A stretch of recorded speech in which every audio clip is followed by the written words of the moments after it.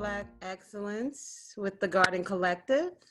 I am Robin Fleming. I am one of the executive board members of the Garden Collective. I act in the role of secretary. We have been doing 30 days of Black Excellence with 30 amazing, talented, motivating women. Today, I have Frances Lease with me. And she is phenomenal, great. I've known her a long time. I think we're going on about 8 years. Today, we're going to talk about resistance, what it looks like to defy that, and how it changes our lives. I'm really excited to have her. I'm excited to be sharing space with her. Right now, I'm going to defer you to her, and she's going to tell you a little bit more about who she is, and we're going to just have a conversation and make it work. Yeah, well, first of all, I love what you guys are doing. I think it's amazing, and it's beautiful to be able to highlight some of the, talented women that you've highlighted thus far. I'm excited to be chatting here with you, my friend Robin. I think you're amazing as well. So a little bit about myself. I'm a therapist, life coach, formerly trained, and I actually live in the Boston area. I'm in the Boston area right now, but I was overseas for the last 3 years. So I just came back not too long ago. And talking about myself is just so weird, but what can I say? I was a teen mom at one point. My son's 21 now, so he's a grown man. And I kind of went through the whole trajectory of kind of like, going to college, going to grad school, thought that was kind of like the path that I needed to go through. And at one point I found myself not really fulfilled and kind of jumping from career to career. I had quit social work for a little bit and I got burnt out and started just kind of like trying to figure out what, I wouldn't say my passion was, but like, what was I here to do? And in that midst, I got into a couple of different careers that was out of alignment. And then I went abroad to kind of like just clear my head for the last 3 years. And now I'm circling back to what my original calling has always been, because sometimes we are steered away from, things, but we always find ourselves back home in some shape or form. I always think that. And so now I'm kind of back, figuring out that being a therapist and being a light worker, I call myself a light worker, in the sense that those who you have conversations with, if you can just shed a little light through some of the darkness that's happening around us. And that's what I do on a daily basis. Well, that's good. That's good. So you created a blog called Defying Resistance, and which is perfect. It's perfect in the 30 days that we're doing. So can you tell us a little bit more about that? Like, what does resistance look like? Like, what does that look like? Resistance is many things. But before I go ahead and tell you what resistance is, that blog took me a long time to even create. It's interesting because it was about 2 years ago I had this idea, and I was living in Japan at the time. And I had wrote this piece for a very popular online publication. And I had put on, I would say, all those like cheat sheets to, collect email addresses and stay in touch with people. And I was still working on the blog, still working on the site, and somebody just emailed me with 2 words and it said, just start.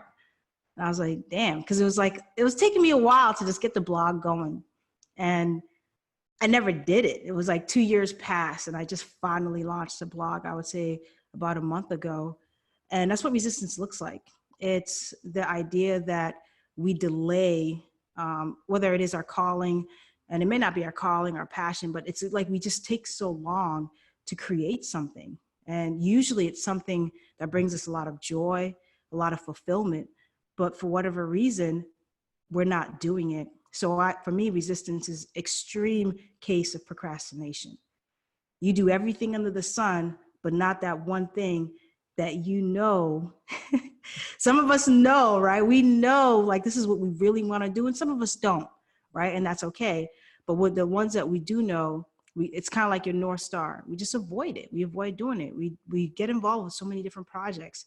We basically go around it, and then we always find ourselves back at that same place. So resistance is not doing the thing that you've been wanting to do. Resistance is, sitting and watching Netflix all day, avoiding to do the thing that and I don't like using shoulds, but you know that that's going to like move your life forward. So you don't do it. So for me, resistance is not acting upon your gifts, is taking your talents and gifts and putting in a box or on a shelf somewhere and not releasing it to the world. Ooh, girl, you talking about stomping on someone's toes today. You stomping, you're grinding them into the So silly. pavement. Oh my goodness. I feel like I'm pretty resistant to a lot of things. I mean, especially when you say extreme procrastination. Mm-hmm. That that's It's universal. We're all go through yeah. it.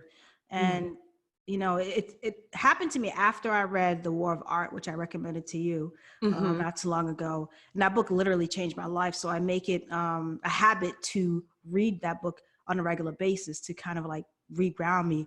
And one of the things that he says is like, the more important a call or action is to our soul's evolution, the more resistance we will feel towards pursuing it. And that's by Stephen Pressfield. And so, like I said, it's a universal thing. In the whole premise of my blog, Define Resistance.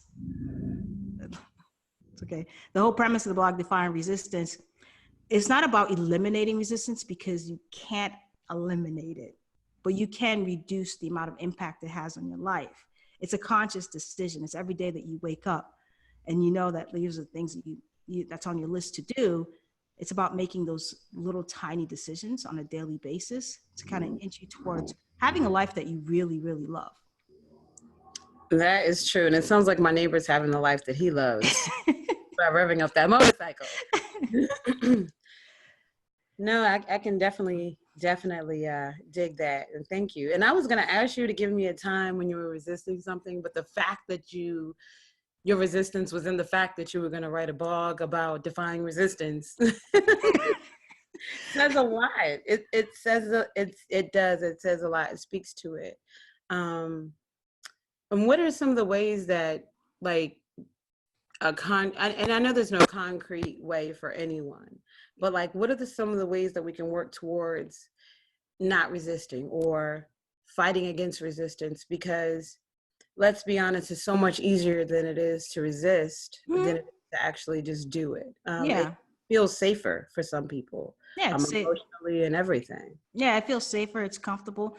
But it's interesting. You see, I didn't call it fighting resistance because you can't Okay. fight it. So I call it defying it because you first need to define the resistance, right? And the minute that you start feeling that resistance to doing something, and it could be anything, it could be resisting to love someone, it could be resisting to open up and be vulnerable in that relationship, it could be resistance to your workplace environment. So resistance, we find it in all levels in a lot of areas of our lives. And for me, the first step in what I've realized, even for myself, because I am a procrastinator and it takes me a little while to get things going, but somehow I always find a way to kind of get some things done. But I think it's defining first the story. The resistance comes from a story, and that story comes from either growing up, people that were supposed to love us a certain way, and maybe they did love us a certain way. It could be our caregivers or parents. They might have said something that really we held on to for a very, very long time. And so that turns into self-doubt. It turns into feeling like you're an imposter. So we go through that whole imposter syndrome, not feeling like we're good enough to succeed and do those things. And so once you figure out what that main narrative is, then you could start restructuring it. You can start chipping away at that narrative and Right. start creating a new narrative. And once you start creating that new narrative, you can start creating the steps to begin to defy the resistance. Because like I said, it's going to show up. It's going to show up every day, every minute. And so once you change that narrative, you can look at yourself through a different lens. And so I always recommend people the first step, find the new story, define the new story. And then the second step is really believing that you're worthy of making those changes, really believing that you're worthy of having a meaningful life. A lot of us don't feel like, you know, we deserve it, and we do. And then once you chip away at those beliefs, and I've watched a few of your episodes, and there's a common thread in your Black Excellence episode is redefining that belief for yourself Right. and making it a habit. It's not a one-time thing. You know, I think a lot of people are looking for like this overnight, or I want to be done feeling like this and everything else. It doesn't work that way.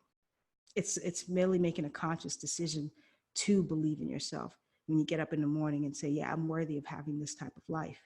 And then one of your episodes said strategize. You really have to create that strategy of what that life looks like. I often tell people, you know, they want to like leap and jump ahead and create this type of career. But first, what is your lifestyle? What kind of lifestyle do you really want to live and create? Create your lifestyle and then create your work around that lifestyle. And I believe once you do that, you will enjoy life much more. That's good stuff. So when in talking about creating a new story, right? Or finding a new story, in what ways did you find a new story or Yeah, recreate your story? it's a Like, great question. For me, I think for me growing up, my main narrative was not having a voice, because I grew up in a household that was a little bit scary. You know, my family did what they could, and I love them, but it was, you know, it was scary. And so I didn't have a voice growing up.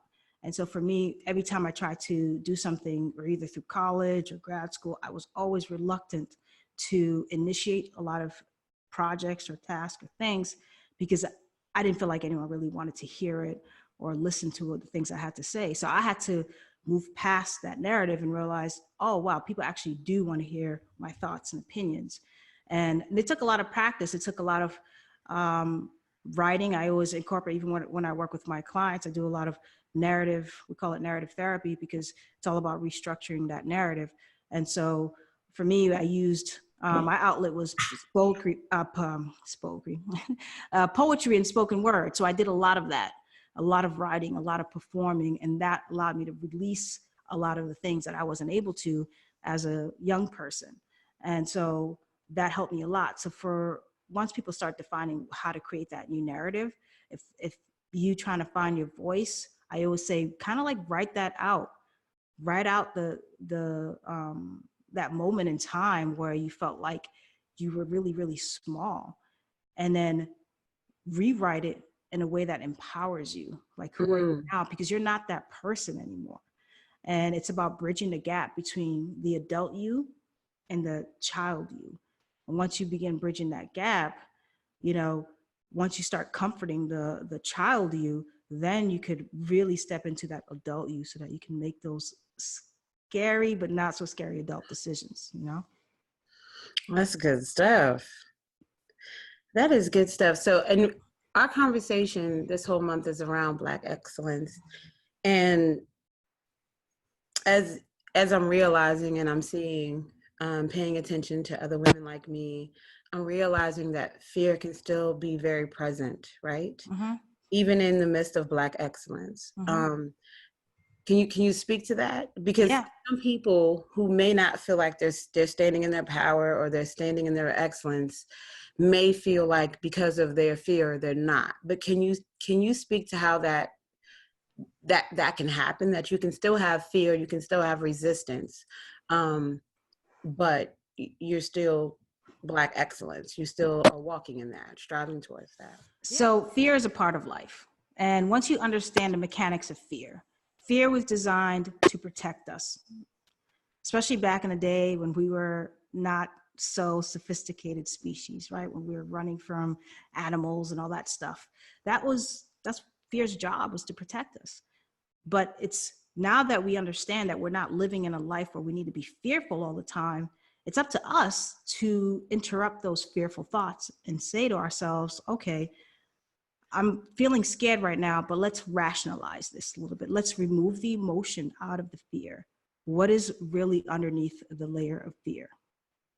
And so once you rationalize that and you begin to intellectualize it, and then you start making sense. And I always tell people, write the pros and the cons and everything else, because there's a coach that I follow. Her name is Christine Hassler, and she says, what is the long-term payoff for you not pursuing whatever it is based on fear? Mm, You know, when you think about, like, I'm afraid now, but like, what if I don't ever get this done? What if I don't ever do this thing? Then right. what? You know? And so one of the things that Stephen Pressfield says is like, we must do our work for not just its own sake, not for fortune or attention or applause, but really for our own sake, we have to do this work. Because if we don't, there's going to come a time when we are going to be lying on our deathbeds. And you're going to have an opportunity to look back and say to yourself, did I live a life worth living? And it's hard for people to see that connection because we're not there yet, right? But regret is a big, big thing. And so your desires have to be bigger than your fears. And the way that you conquer your fear, and I always tell people, it's just doing little acts of micro courage. So for example, let's just talk about sales because it's cut and dry. Let's say you have to make like 20 phone calls or something like that. You know, just get in the habit of just making make one phone call. You know, instead of making that 20 calls a day, just do little things at a time, micro acts of courage, which then will allow you to feel more confident so you can tackle those fears. Just know it's not going to go away, but it does minimize over time the more that you do. So action will beat fear any day. Yes. Okay. Micro acts of courage. I'm here for that. I am totally here for that. So let me ask you this. Yeah. Because we're going to wrap up soon, but I want to know, what is Black excellence to you, Frances? What is it? Oh man, Black excellence. You know, Black folks are just so amazing. The stuff that we've had to endure and the stuff that's in our genetics and in our bodies. So for me, Black excellence is redefining your identity in an empowering way, despite what the masses say. For me, Black excellence is the ability to pursue your dreams, despite what anything or anyone says. Black excellence is having an impact. It's also bringing people along with you. And it's providing the space where people can be great and be supported. So for me, Black excellence is like really going out there and doing the damn thing every day, all day. Because, you know, as Black people, we're faced with challenges with microaggression on a daily basis. And so we have a lot that's on our shoulders. And when you can surpass that and move past all of the stuff that's meant to really keep us oppressed, to me, that's Black excellence. When you defy the odds and go beyond what people thought that you would ever do. And you are Black excellence, my friend. So are you. Thank you. All right, so Frances, where can people find you? Well, you can find me on defyresistance.com and also on Instagram at Frances Lee's whole name. Happy to help and support anyone that is looking to get unstuck and really move forward to living a life that they love. Well, thank you. We appreciate having you with us today. Thank you so much, Fran. It has been a wonderful, wonderful, wonderful occasion. Thank you. Thank you, Robin.